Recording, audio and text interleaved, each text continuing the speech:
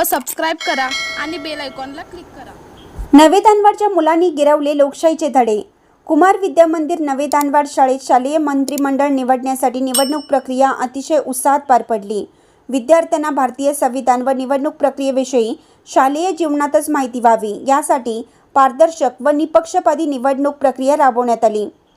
मतदार यादी, उमेदवारी अर्ज दाखल करणे, छाननी प्रक्रिया, उमेदवार जाहीर करणे, चिन्ह वाटप, प्रचार करणे, मतदान प्रक्रिया इत्यादी मतदानासंबंधी कार्य प्रात्यक्षिकाद्वारे घेण्यात आली।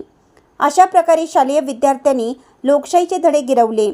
या मतदान प्रक्रियेसाठी केंद्र प्रमुख सुभाष कुरुंदवाडे, मुख्याध्यापक मारुती कोळी यांचे मार्गदर्शन लाभले, तर पुष्पा बाबर, विद्या सुतार, प्रतिभा मलकाणे, कल्पना चौगुले, काशीनाथ मोडके, कल्लाप्पा पुजारी, शंकर पाटील, प्रियांका परीट या शिक्षक वृंदांचे सहकार्य लाभले।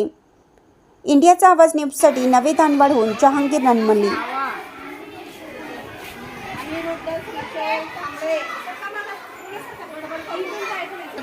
शिक्के मारल्यानंतर घरी घालून टाकायचं।